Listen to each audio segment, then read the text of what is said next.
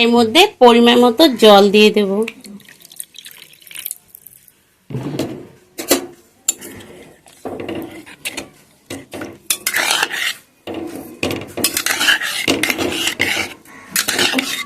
আমি পরিমাণ মতো জল দিয়ে এবার গ্যাসটা ধরিয়ে দেব। তোরা দেখো, আজকে বানাবো ইলিশ মাছ বাপা। তো এখানে আমি 4 পিস ইলিশ নিয়ে নিয়েছি, আর এখানে দেখো অনেকগুলো কড়াইয়ের মধ্যে তেল নিয়ে নিয়েছি। তো এই তেলের মধ্যে আমি ইলিশ মাছটা ভাপা করব। তো কড়াইয়ের মধ্যে তেলটা নিয়ে নিলাম। তো চলো, সবাই প্রথমে যেটা করব, এখানে আমি আগুনটা এখনো ধরাইনি, তো মাছ দিয়ে দেব 4টা, মানে 4 পিস মাছ দিয়ে দেব। আমি নিয়েছি সরষের তেল।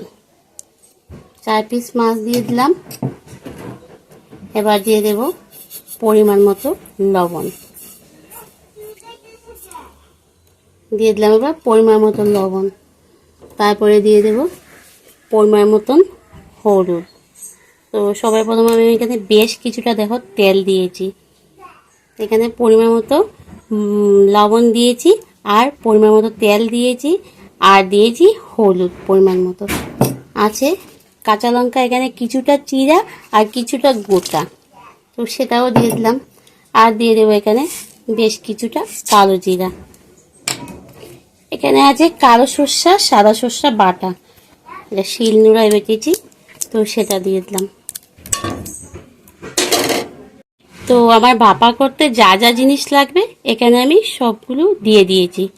এবার চলো এটা খুব ভালো করে মেখে নেব।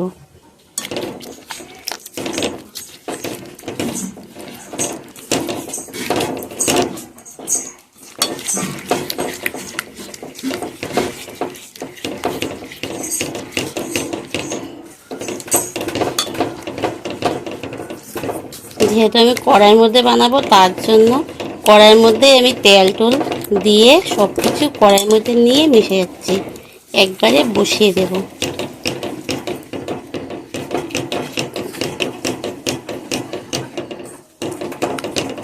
বাড়ি সুন্দর কালার হয়েছে বন্ধুরা, সব একসাথে মিশিয়ে দেখো। যে যেরকম জাল খাবে সেই অনুযায়ী দেবে। তো আমি কয়েকটা চিড়ে দিয়েছি আর কয়েকটা গোটা দিয়েছি। দেখো, দেখতে খুব সুন্দর লাগছে না? এবার এটা খুব ভালো করে মিশাবো।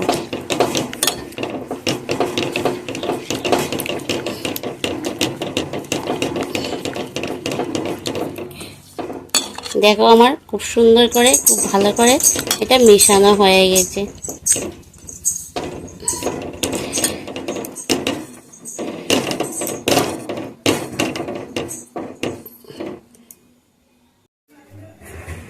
তো বন্ধুরা দেখো, আমি খুব সুন্দর করে মেখে নিয়েছি। এর মধ্যে পরিমাণ মতো জল দিয়ে দেব।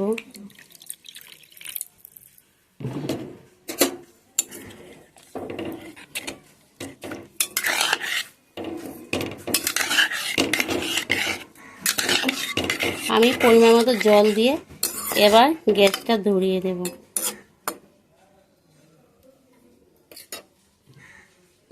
পরিমাণ মতো জল দিয়ে দিলাম, এবার গ্যাসটা ধরিয়ে দিই। তো এখানেই আমার সবকিছু দেওয়া শেষ।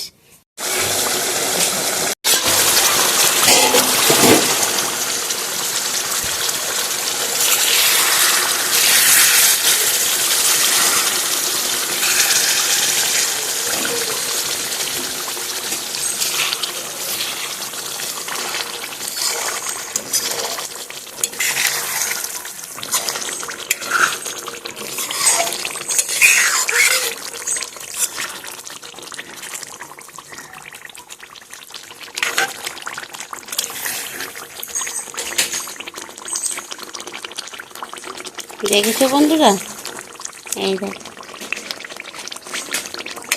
খুব সুন্দর গন্ধ বেরিয়ে গেছে কিন্তু।